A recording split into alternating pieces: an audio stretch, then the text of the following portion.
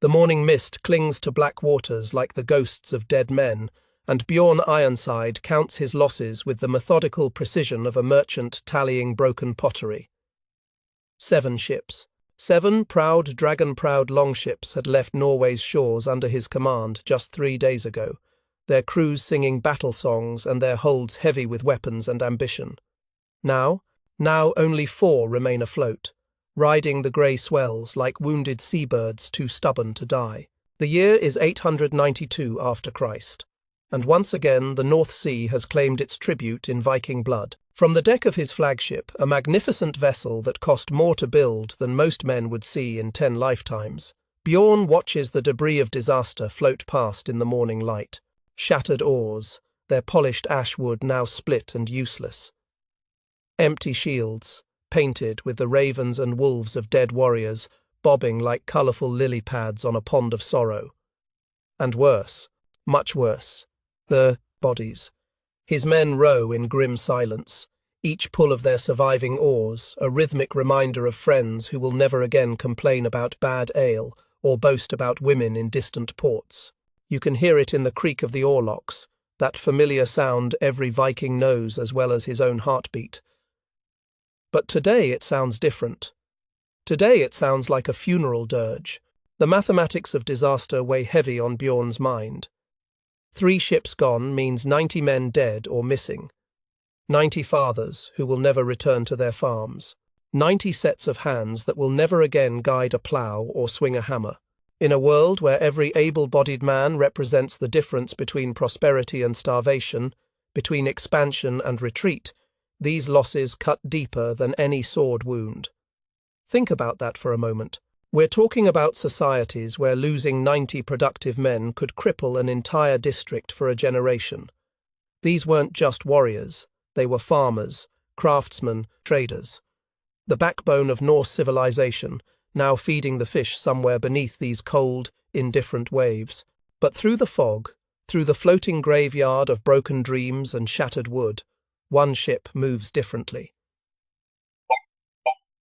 You'd notice it immediately if you knew what to look for, while the other surviving vessels struggle against each swell like drunken men fighting their way home from a feast. This ship, this single, unremarkable-looking longship, rides each wave like a living creature.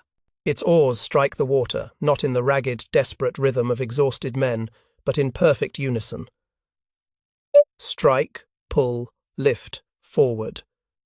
Strike, pull, lift, forward. Over and over with the precision of a master craftsman's hammer on heated iron. The ship belongs to Olaf Thorson, a man his fellow Vikings have dubbed Olaf the Counter, with all the affection usually reserved for plague rats. They mock his strange obsession with numbers and patterns, his habit of scratching calculations into censure, pieces of driftwood, while other men tell stories or sharpen their weapons. To them, he's the odd fellow who brings wooden counting frames aboard fighting ships and mutters mathematical sequences during storms like some kind of deranged priest invoking foreign gods. But here's the thing about mockery. It has a way of dying in the throat when the mockers are drowning and the mocked are still breathing. 20 years earlier, when Olaf was barely old enough to hold an oar without falling overboard, he had watched his father's crew die, not in glorious battle against Saxon shields or Frankish cavalry, mind you. They died in chaos, pure, senseless chaos as mountainous waves crashed over their ship, and exhausted rowers fell out of rhythm like a choir, forgetting the words to a hymn they'd sung 1,000 times before. Picture this young boy, maybe 12 years old, clinging to the side of that doomed vessel and watching grown men warriors who could split a skull with a single axe, blow reduced to helpless children by the simple fact that they couldn't pull their oars together when it mattered most. While other boys his age dreamed of gold and glory, of standing in the shield wall with famous heroes, Olaf began studying something else entirely. He studied the sea. From the cliffs above Trondheim Fjord, he would sit for hours watching the waters move. Not casually, not with the idle curiosity of a bored child, but with the focused intensity of a scholar attempting to decode the secrets of the universe. He carved little wooden beads and used them to count wave intervals. He noticed how the most successful fishing boats, the ones that returned with full nets, while others came back empty-handed, naturally fell into patterns that seemed to match the water's own movement. His mother's loom taught him something crucial about patterns and timing. He would watch her work, observing how broken rhythm meant tangled thread and ruined cloth. But perfect synchronization created fabric strong enough to last for generations. The connection wasn't lost on him. If 40 fingers could work together to create something beautiful and useful, why couldn't 40 oars work together to create something equally powerful? The old salts laughed at him, of course. They laughed at the strange boy who brought counting frames aboard their ships and muttered numbers during storms. They preferred the traditional way, pure strength and individual skill, with the sea captain's voice trying to coordinate 40 men through screaming winds and crashing waves. It had worked for their fathers and their grandfathers. It had carried Norse raiders to the wealthy monasteries of England and the rich trading cities of the continent. Why change? But here's what they didn't understand, what they couldn't see past their own stubborn pride. Viking expansion had reached a critical breaking point. Every major raid, every ambitious expedition, was losing nearly a third of its force, before the warriors ever laid eyes on enemy shores.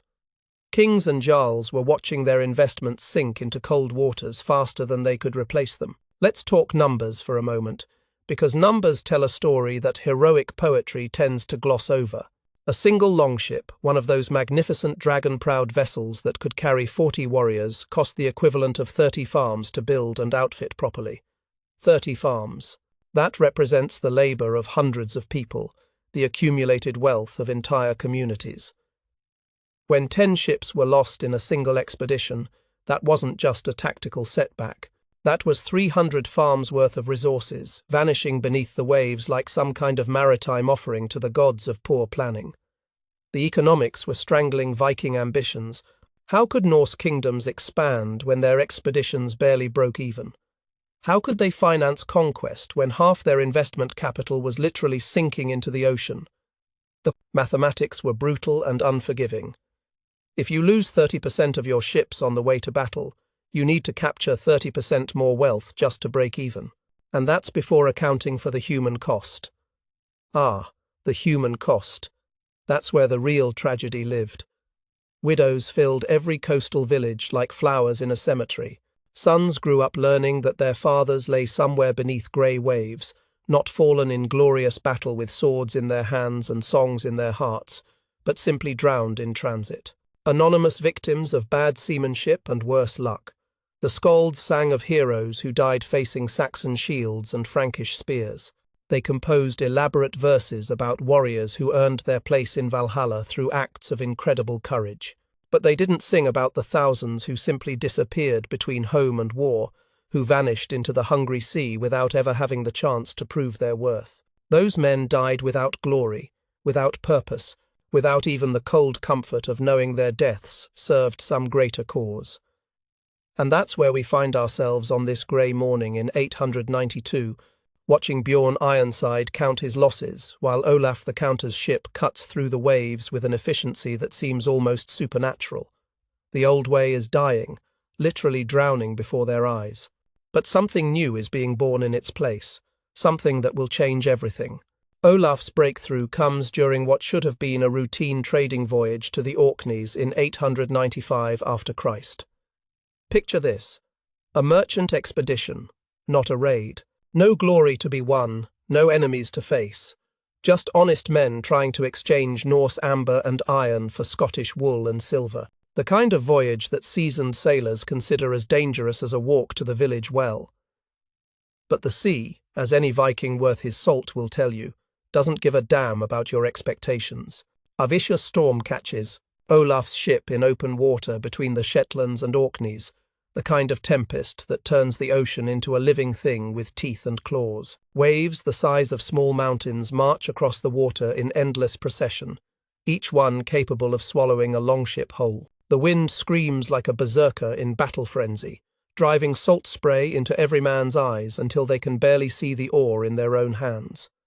This is where traditional Viking seamanship shows its fatal flaw, as the crew struggles against contradicting swells waves coming from 3 different directions at once. Like some oceanic ambush, coordination breaks down completely. The strongest rowers pull hardest, naturally enough. The weaker ones fall behind. Some panic and row faster, others freeze and barely move their oars at all. Within minutes, what should be a coordinated effort becomes 40 individual battles against the sea, and the sea always wins individual battles. But Olaf is watching, even as his own hands blister from gripping his oar, even as icy water crashes over the gunwales and soaks him to the bone. He's observing something that will change maritime history forever. He notices that the waves, despite their apparent chaos, arrive in predictable sets. 7 waves in each group, with a pattern as regular as his mother's breathing. 7 mountainous swells, then a brief lull, then 7 more. The sea has rhythm. It has always had rhythm. Vikings have been sailing these waters for centuries without realizing they've been fighting a dance partner instead of joining the dance. In that moment of clarity, with death riding every wave crest, Olaf begins calling out a rhythm that cuts through the storm's roar like a blade through silk. Pull 2, 3, 4, 5, 6, rest. Pull 2, 3, 4, 5, 6, rest. His voice carries that particular authority that desperate men will follow, the sound of someone who might actually know what he's doing when everyone else is improvising their way toward disaster. The skeptical oarsmen follow his count simply because anything, absolutely anything, seems better than the chaos that's been slowly killing them for the past hour. And something magical happens. The ship stops fighting the sea and starts dancing with it. Instead of 40 men struggling against the waves, suddenly there are 40 men working with them. The longship begins to ride each swell instead of being battered by it, lifting and falling in harmony with forces that have existed since the world was young. They reach Orkney with every man alive and accounted for, every single man. Meanwhile, 2 traditional ships that had left Trondheim with them on the same day, carrying the same cargo and manned by equally experienced crews, never arrive at all. They simply vanish into the storm like smoke, leaving behind only the kinds of debris that Bjorn Ironside would count 3 years later in different waters. Word spreads through the fjords like wildfire in dry grass. You have to understand, the Viking world is essentially one giant small town where everyone knows everyone else's business. When something this dramatic happens, when one ship survives, conditions that destroy 2 others using nothing but a counting song, people talk. They talk in mead halls and marketplaces, around smithy fires and on fishing boats. The story grows with each telling, as stories do, but the core remains unchanged. Olaf Thorson has discovered something extraordinary, but discovery is just the beginning. Innovation requires refinement, and Olaf approaches this task with the methodical patience that has always marked his character. He begins experimenting during every voyage, testing variations like a master chef perfecting a recipe. He introduces drums not for entertainment, not for the rhythmic accompaniment to drinking songs, but for keeping time when voice commands get lost in wind and spray. The drum beat becomes the heartbeat of synchronized rowing, deep, resonant, impossible to ignore even in the worst conditions. Boom, boom, boom, boom, boom, boom, rest. Boom, boom, boom, boom, boom, boom, rest. It penetrates through storm noise, through the crack of sails and the groan of stressed timber, providing an anchor of consistency in a world of maritime chaos. He develops a rotation system where fresh rowers replace tired ones without breaking rhythm, inspired directly by watching his mother's weaving circles. When one woman grew tired at the loom, another would step in seamlessly, the pattern continuing unbroken. The same principle works perfectly on a longship. Groups of 8 rowers work as units, with experienced men paired with newcomers, rotating positions every few hundred strokes, so that exhaustion never compromises the rhythm.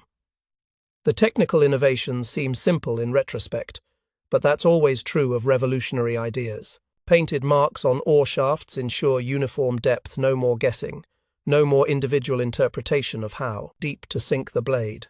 Simple rope guides help maintain proper spacing between rowers. Even the seating arrangements get optimized, with men positioned according to strength and experience rather than social rank or personal preference. But the establishment fights back with all the vicious intensity that threatened establishments always bring to bear against change. Harik the Bold, a legendary captain who has survived 40 raids using traditional methods, publicly challenges Olaf to prove that his woman's counting can match real seamanship. The insult is carefully chosen in a culture that prizes masculine strength above almost everything else. Calling someone's innovation woman's work is intended to end the argument before it begins. Harek proposes a race through Hardan's Teeth, a notorious strait between two islands where currents and submerged rocks claim ships every sailing season.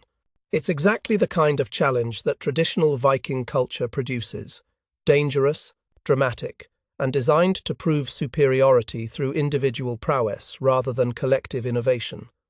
3 traditional longships against Olaf's single vessel. Winner takes all the glory, loser earns eternal mockery. The morning of the race, hundreds of people gather on the cliffs overlooking the strait. This isn't just entertainment, it's a test of worldviews.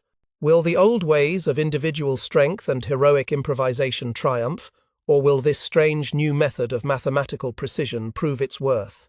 Bets are placed, insults traded, and reputations staked on the outcome. Harek's ships surge ahead initially, their crews pulling with the raw power that has made Viking raiders feared from Ireland to Constantinople. Muscle and determination, the traditional Viking approach to every obstacle. For the first few hundred yards, it looks like the challenge will be over quickly, with the old ways vindicated, and Olaf's innovations exposed as the fantasies of an eccentric dreamer. But as they enter the strait's chaotic currents, where water flows in 3 directions at once, and hidden rocks lurk just beneath the surface like sleeping sea monsters, coordination becomes everything. Traditional rowing breaks down exactly as it always has. Oars clash as tired men fall out of sync. Some rowers exhaust themselves with unnecessary effort, while others struggle to keep up. The lead ship, Harek's own magnificent vessel, strikes submerged rocks when exhausted portside rowers can't match a crucial turn commanded by their desperate captain. Meanwhile, Olaf's drum beats steady as a heartbeat.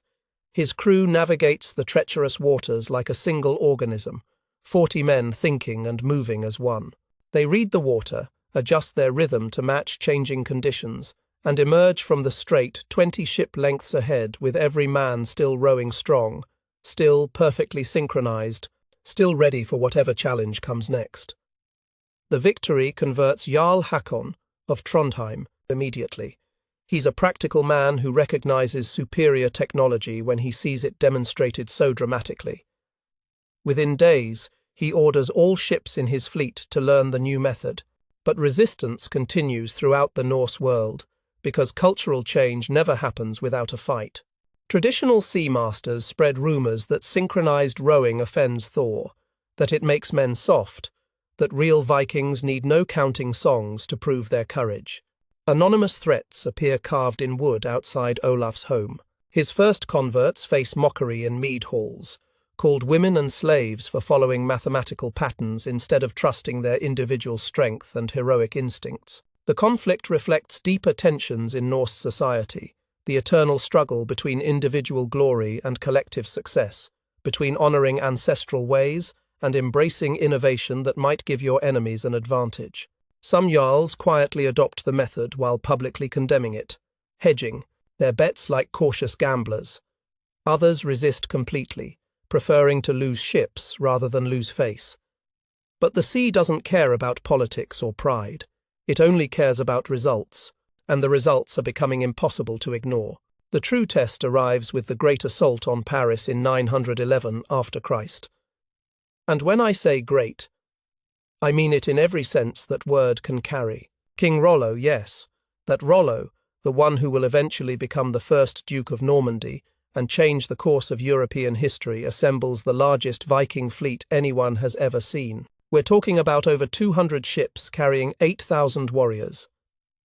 8,000. To put that in perspective, that's more fighting men than most medieval kings could field for a major land campaign, all packed into vessels and aimed at one of the most heavily fortified cities in the known world. But here's what makes this expedition historically crucial. It becomes a natural experiment in maritime innovation. Roughly half the fleet uses Olaf's synchronized rowing method, while the other half clings to traditional techniques. It's like having a controlled study spanning hundreds of miles and thousands of lives, with the English Channel and the Seine River serving as the ultimate testing ground. The journey down the English Channel reveals the first cracks in traditional seamanship. Day 3 brings the usual problems. Rowers pushing too hard without rotation systems begin dropping from exhaustion. Men who should be fighting Franks are instead being buried at sea or left behind on alien shores, too weak to continue.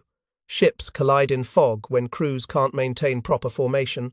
The traditional vessels start hemorrhaging strength like wounded animals, leaving blood trails. Picture this scene.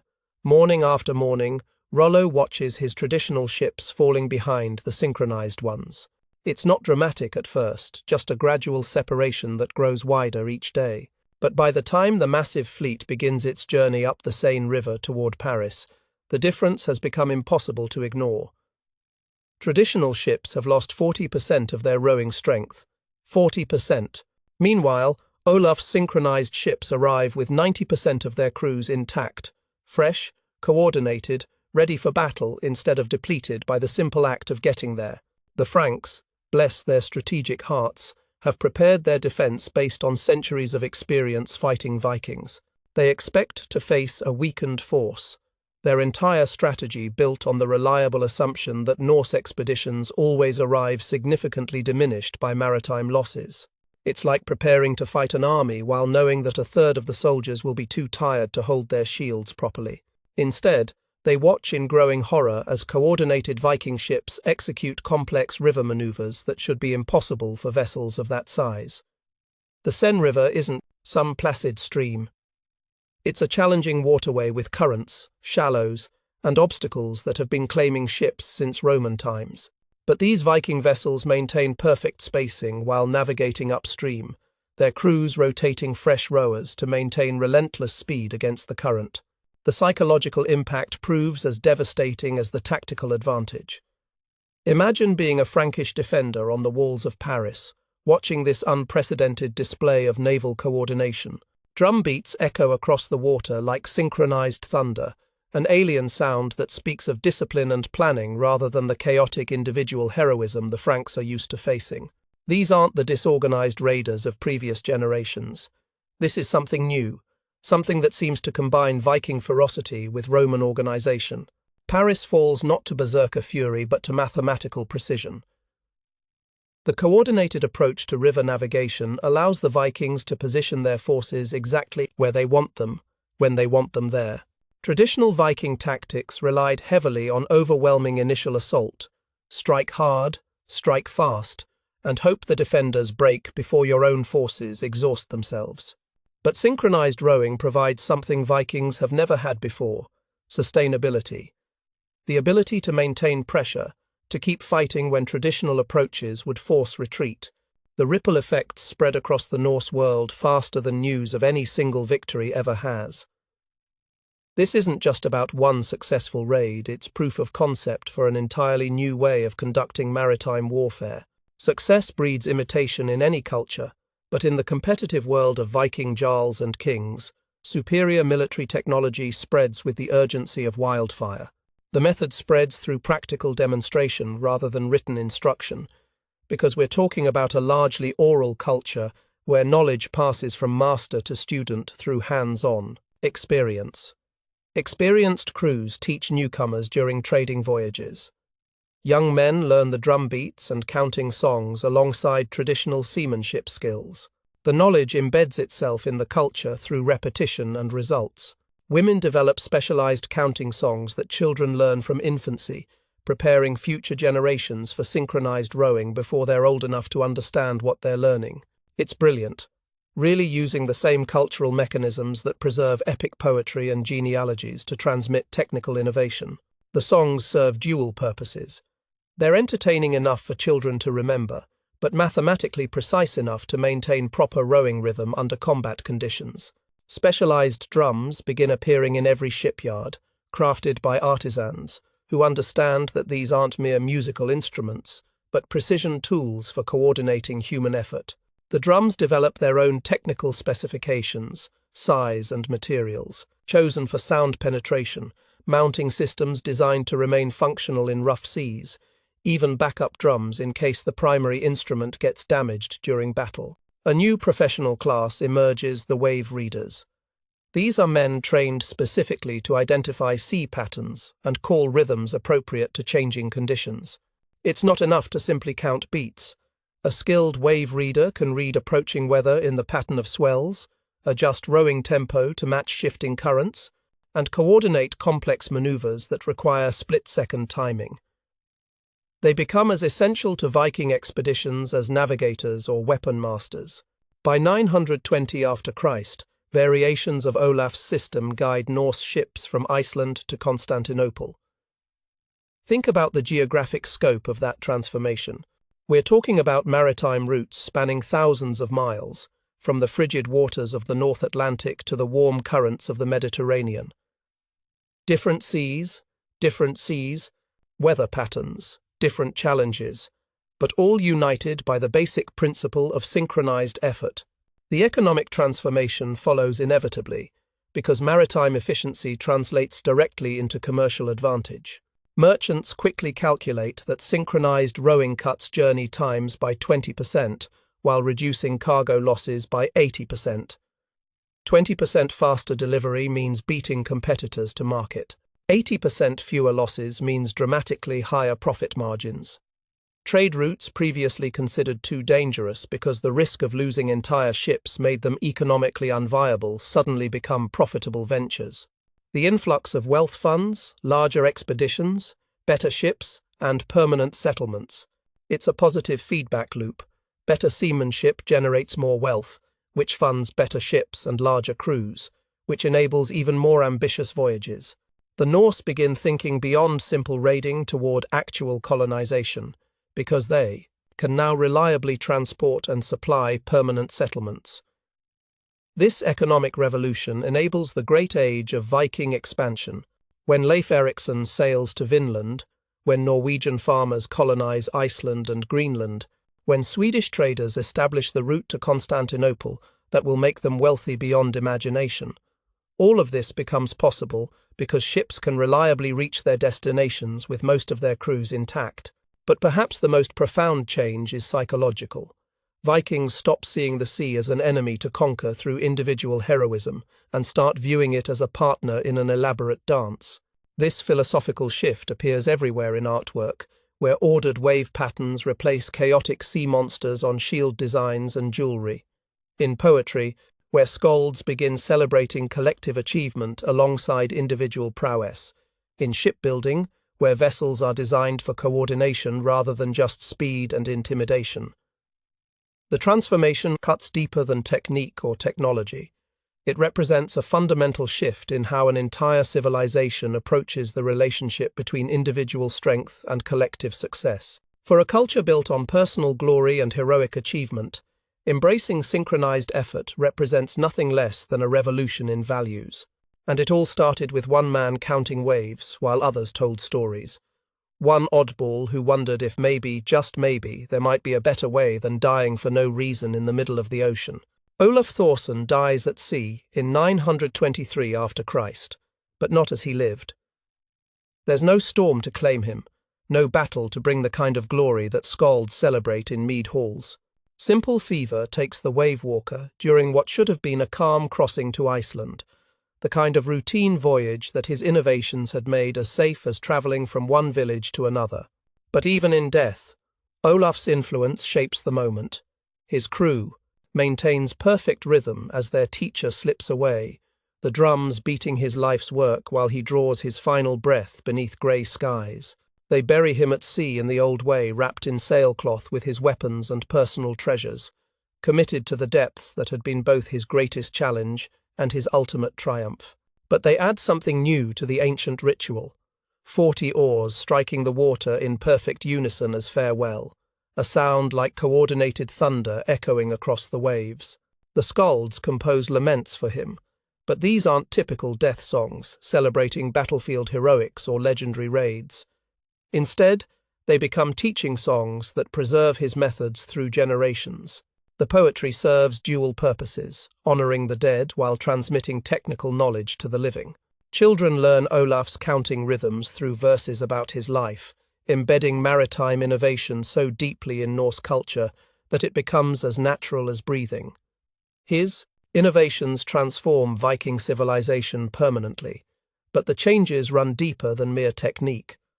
By 950 after Christ, no Norse ship launches without trained drummers and wave readers. The transformation has become so complete that young Vikings can't imagine sailing any other way. The synchronized method isn't an innovation anymore, it's simply how ships work, as fundamental to seamanship as knowing port from starboard. This systematic approach to maritime coordination enables unprecedented exploration.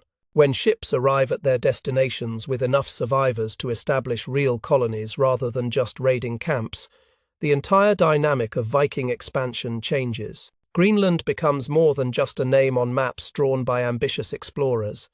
It becomes home to farming communities that can rely on regular supply voyages. The mathematical precision of synchronized rowing makes the difference between sustainable settlement and heroic failure. Leif Eriksson's The Journey to Vinland succeeds precisely because his crews arrive strong rather than depleted by the voyage itself. Traditional seamanship might have gotten his ships across the Atlantic, but probably with half the men dead from exhaustion, exposure, and accidents. Instead, synchronized rowing delivers a functional expedition capable of establishing temporary settlements and conducting systematic exploration. The difference between discovering America and colonizing it often comes down to having enough healthy men to cut trees, build shelters, and defend against hostile locals. The psychological shift runs deeper than any technical improvement. Vikings fundamentally alter their relationship with the sea, stopping their ancient habit of viewing ocean travel as individual combat against hostile forces. Instead, they begin seeing maritime challenges as collaborative dances, where success depends on harmony rather than heroism. This philosophical change appears in the most unlikely places. Artwork that once featured chaotic sea monsters now shows ordered wave patterns. Jewelry that once celebrated individual warriors now incorporates symbols of collective achievement.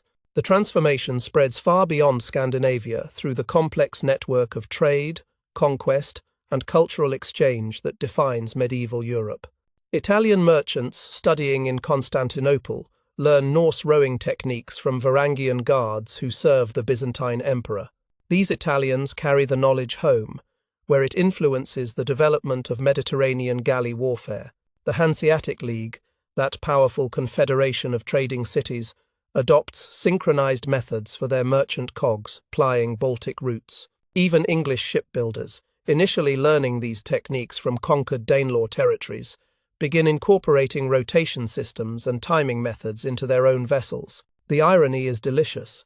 English ships using innovations developed by their Viking enemies to their dart of the mica become more effective at resisting Viking raids.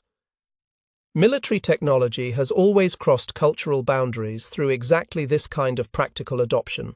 By the time Harald Hardrada makes his final attempt on England in 1066, that last great Viking invasion that ends at Stamford Bridge, Olaf's innovations have become so integral to Norse seamanship that no one remembers sailing any other way. Harald's ships cross the North Sea using synchronized rowing as naturally as they use sails to catch favorable winds. The method has evolved from revolutionary innovation to invisible infrastructure, the kind of foundational technology that becomes remarkable only when it's absent. Modern maritime archaeologists find evidence of this transformation everywhere they look.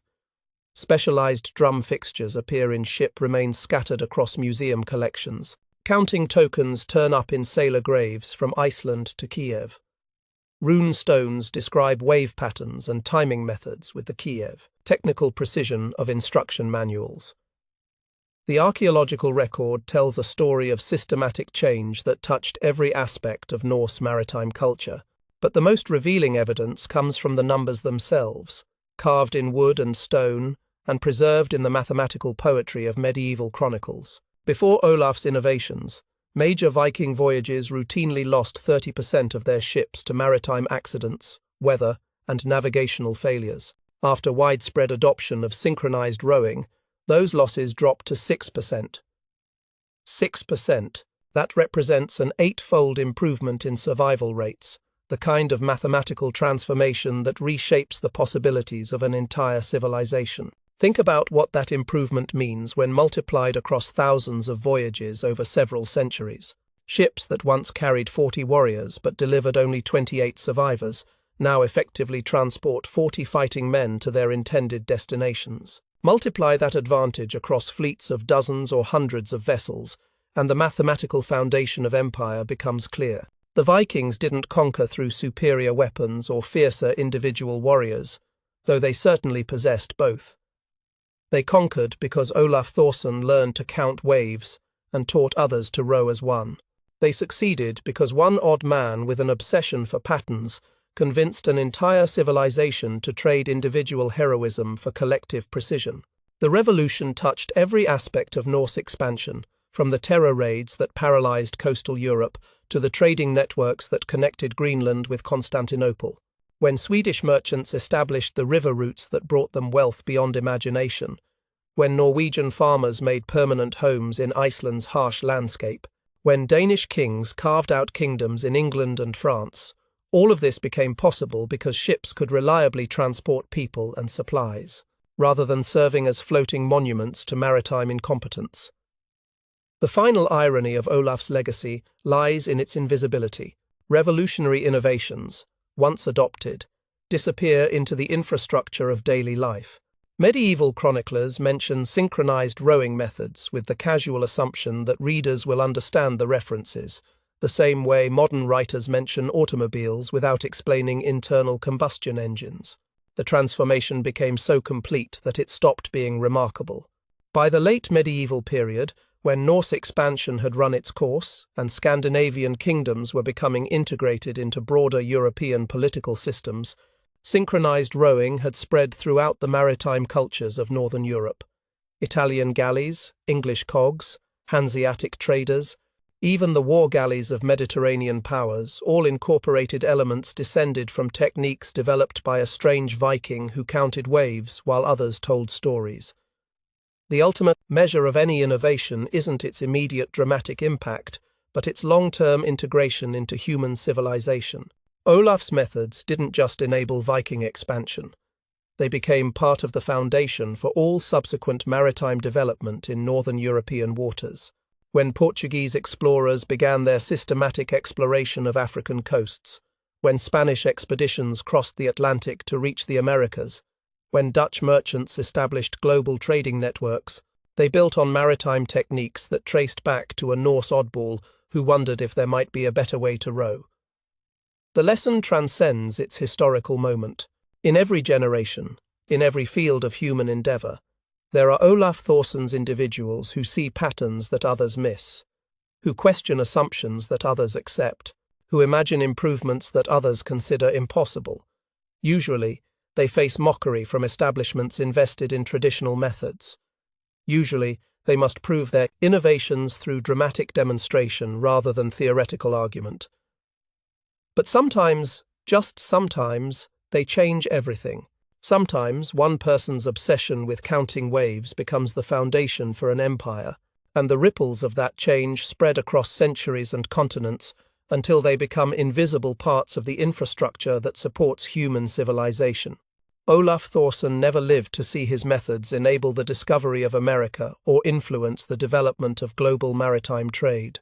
But every time 40 people work together with coordinated effort to achieve something impossible alone, every time mathematical precision replaces chaotic heroism, every time innovation triumphs over tradition in those moments, somewhere in the collective memory of human achievement, the drums still beat his rhythm across grey northern waters. The waves still come in sets of 7. The sea still rewards those who learn to dance with its patterns rather than fight against them.